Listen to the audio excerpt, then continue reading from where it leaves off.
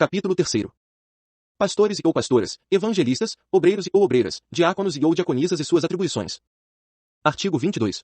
O ministério da Igreja é composto de pastores e ou pastoras, evangelistas, obreiros e ou obreiras, diáconos e ou diaconisas. Parágrafo 1º. O presbitério de uma determinada região administrativa, integrado por todos os pastores e ou pastoras e evangelistas das localidades da respectiva região, se reunirá periodicamente em encontros regionais, ao menos 6 vezes por ano, a fim de deliberar sobre as questões espirituais e materiais daquela região, em conjunto com a administração, dando cumprimento ao artigo 32 deste Estatuto. Parágrafo 2º. O Supremo Concílio da Igreja, composto por um número ímpar de evangelistas, poderá revisar ou substituir qualquer decisão tomada pelo presbitério em encontro regional, indicando-se nesse ato a administração, que deverá executar eventual medida para cumprimento da deliberação. Parágrafo 3º. Os presbitérios, regionalmente, ou o Supremo Concílio da Igreja poderão indicar alguns de seus membros para apreciação e resolução de questões urgentes. Parágrafo 4º. A convocação de encontro regional, bem como a solução de questões relativas à doutrina da Igreja, é de competência exclusiva do Supremo Concílio da Igreja. Artigo 23.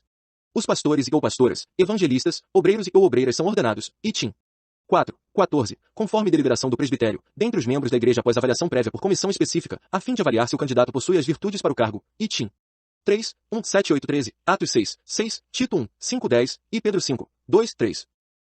Parágrafo 1º.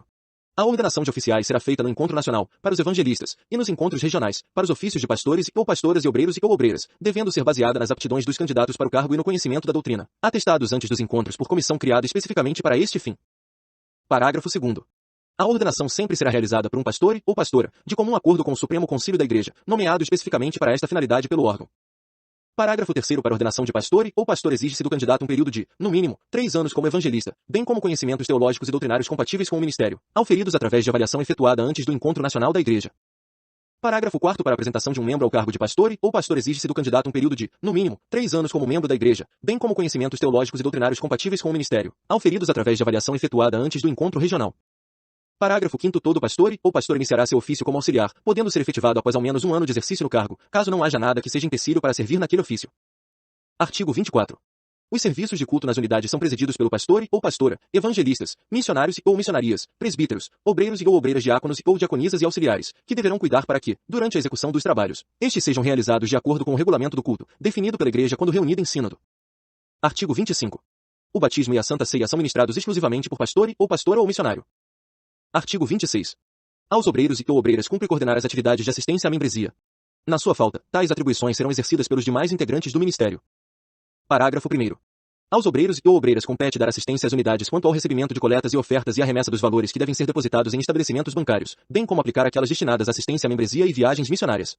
Todos os prontuários, em função do caráter eminentemente sigiloso, serão mantidos em poder dos mesmos, que em tudo se farão guiar por Deus.